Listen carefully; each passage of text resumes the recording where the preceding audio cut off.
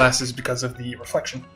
Welcome to the show. Today we have a great show, but it's going to be a small one, and to be honest, it's not that big a deal. So if you want to skip this one, that is fine. This is round 1 of the anime battle royale.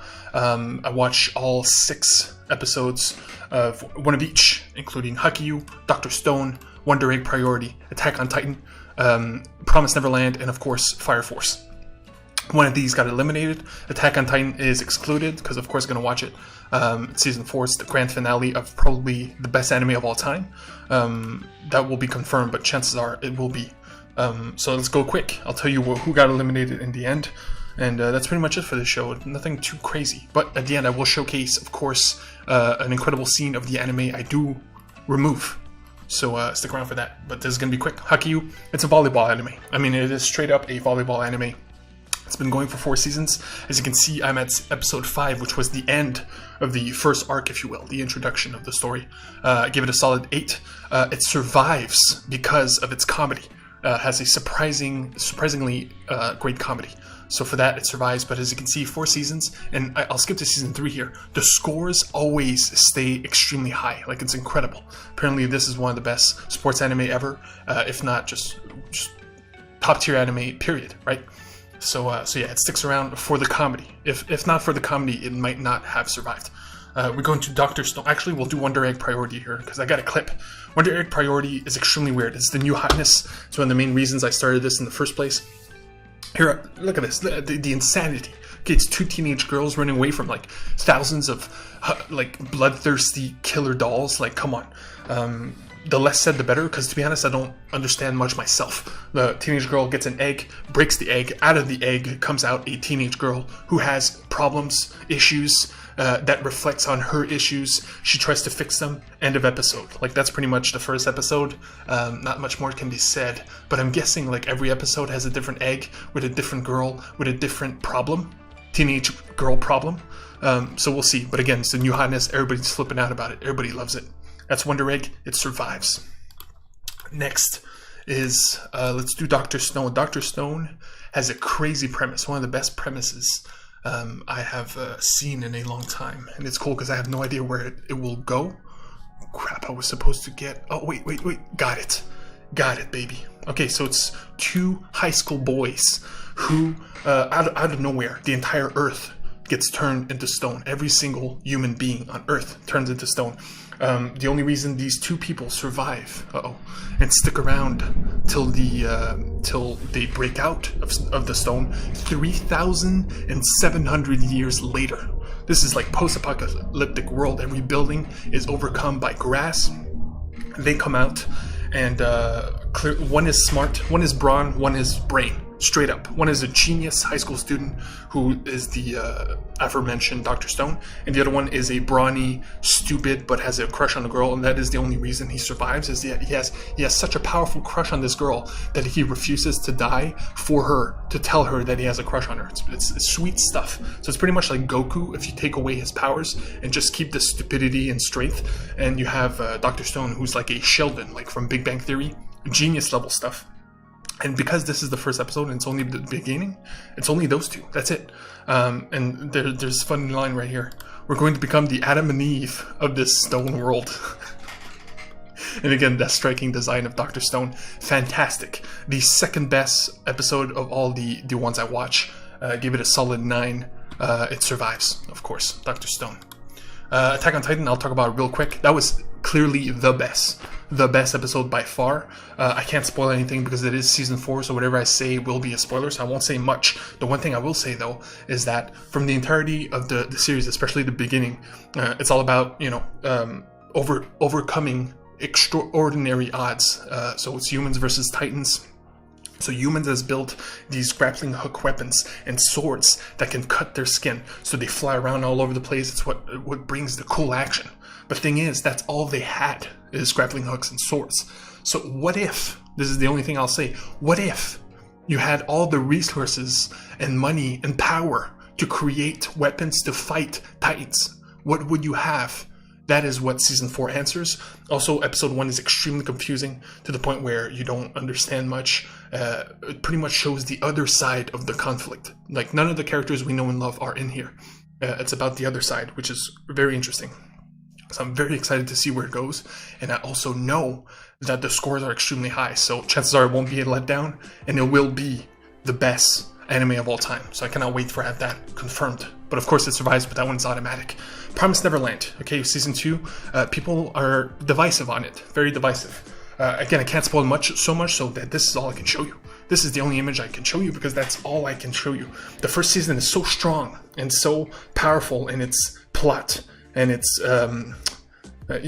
whatever happens, that I can't say nothing. But let's just say that I didn't think this one, like, it was supposed to be like Attack on Titan, where I was going to watch this regardless.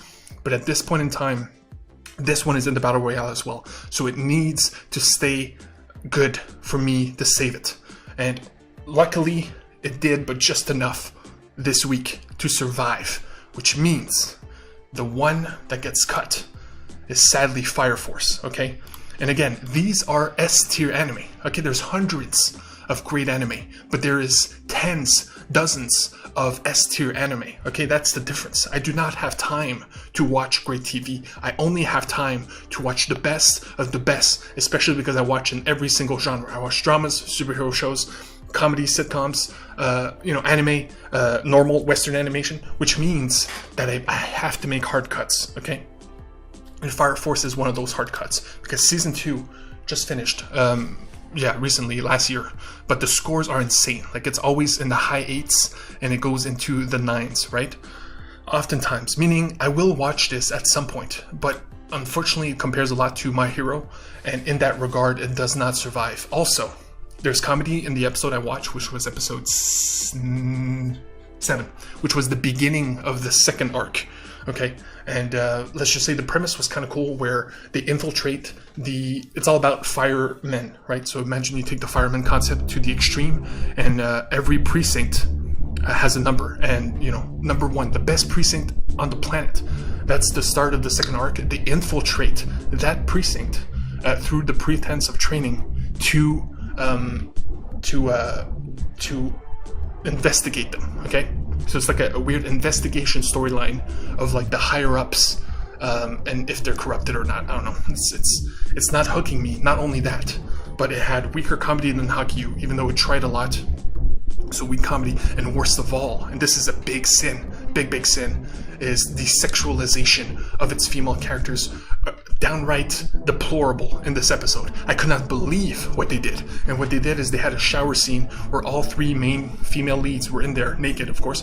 There was bubbles, specifically put in places to hide nipples and whatnot. But one of the female characters gropes the other girl, literally gropes, hiding the nipples with her fingers, literally makes fun of her body. The other one is sad about her own body, and they literally judge each other's bodies while we're like staring at them for like 2 minutes. It's like, why?